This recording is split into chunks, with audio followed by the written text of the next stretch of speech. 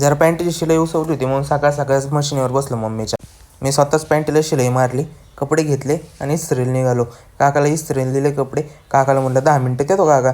मग दुसरीकडनं मला दुसरं एक काम होतं, फुलं ते घ्यायचे होते, आणखी घरी पूजा करायची होती आज. पप्पा पण घरीच होते. पप्पा म्हणले आपण पूजा करू आणि मग कॉलेजला जा. काकाला म्हणलं काका आणखी शर्टच इस्त्री केलं नाही. काकाने 10 मिनटात करून दिले. मग मी घराकडे गेलो. घरी पूजा ते केली आणि लगेच कॉलेजला, कारण की कॉलेजला जर उशीर झाला तर सर आतमध्ये घेणार नाही. मग निघालो. 2 दिवसापूर्वी हा रोड बांधलेला आहे. म्हणजे इथं बघा सगळी वाट लागली आहे. 2 दिवसातच वाट लागली, खड्डे पण तयार झाले. मग आलो मस्त कॉलेजमध्ये. साहिल आमच्या आधीच येऊन थांबला होता. साहिलला म्हणलं चल वर जाऊ आपण. हे बघा ही सगळी गावडी निघाली चहा प्यायला. लेक्चर चालू व्हायला 10 मिनिट आहेत आणि सगळे म्हणाले चहा प्यायला. मी तर काही गेलो नाही, म्हणजे मी पण गेलो नाही आणि साहिल पण गेलो नाही. बघा माझ्या अंगात किती मस्ती आहे. कॉलेजवाल्यांची बुक आहे ही, माझी पण नाही. मग मी त्याच्यावर ड्रॉईंग करत बसलो होतो.